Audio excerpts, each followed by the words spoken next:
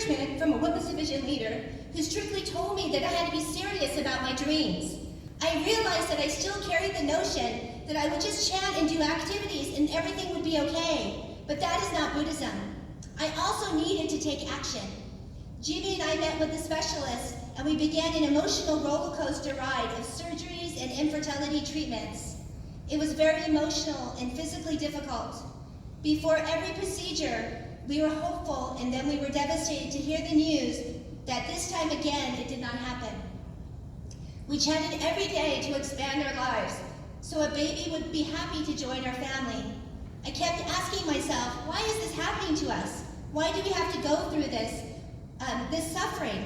I thought maybe we were just meant to be parents. We were also figuring out what does it mean to make the impossible possible. We wrote to Sensei and shared our struggles. He replied back, I'm chanting for you.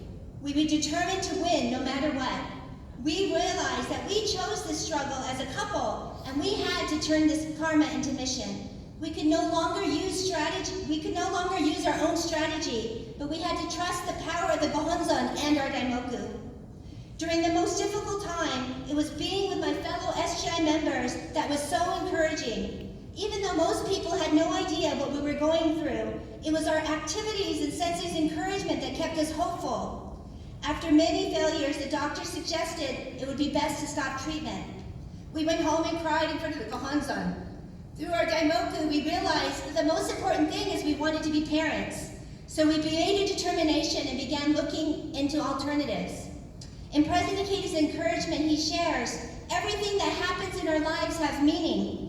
Moreover, the way of practitioners of Nichiren Buddhism is to find and discover meaning in all things.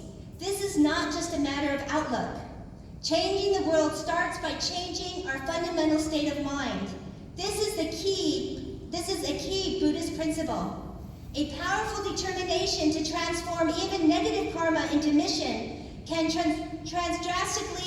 dramatically transform the real world.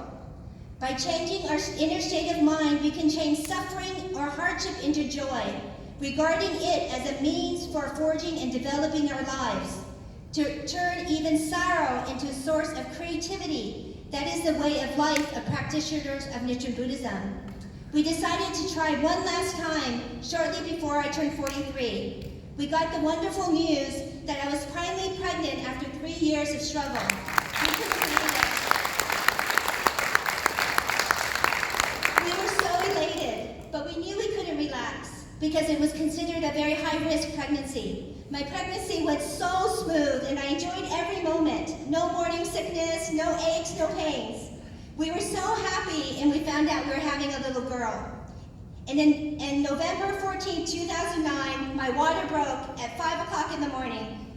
We were so scared because it was 2.5 months before my due date, which was January 24th. It was way too early for our daughter to be born.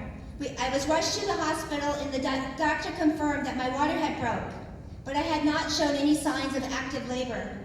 The doctors were concerned because I had lost a lot of amniotic fluid and the baby was not even 3 pounds yet.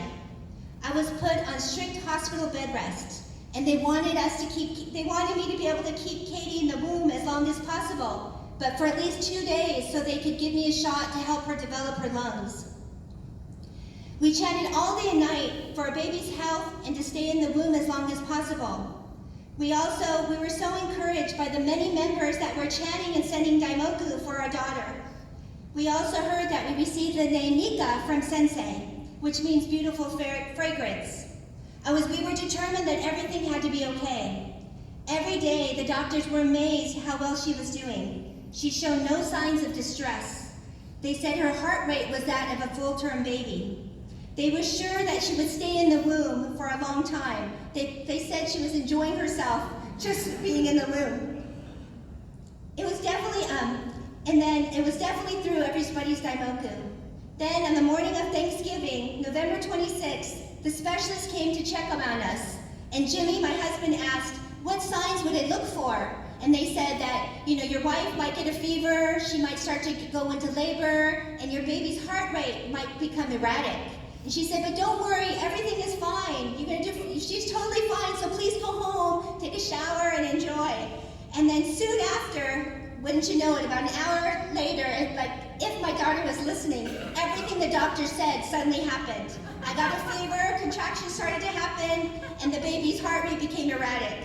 The nurses and the doctors came running in like an episode of ER and began to prepare me for an emergency C-section.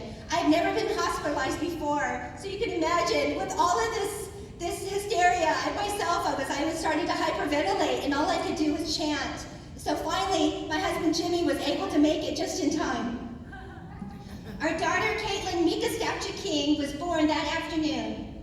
After she was born, I was only able to see her for a few seconds. I couldn't even hold her. They had to rush her to a neonatal intensive care unit. The only thing the doctors told Jimmy, which I didn't know at the time, was your daughter is a very sick little girl, and we will do the best that we can. How could this be happening, I thought? How could we lose our little girl? But because of my fever, I couldn't see her for a few days. It was the most difficult time of my life. The only thing I could do was chant that my every daimoku would penetrate her life and she would survive and become healthy.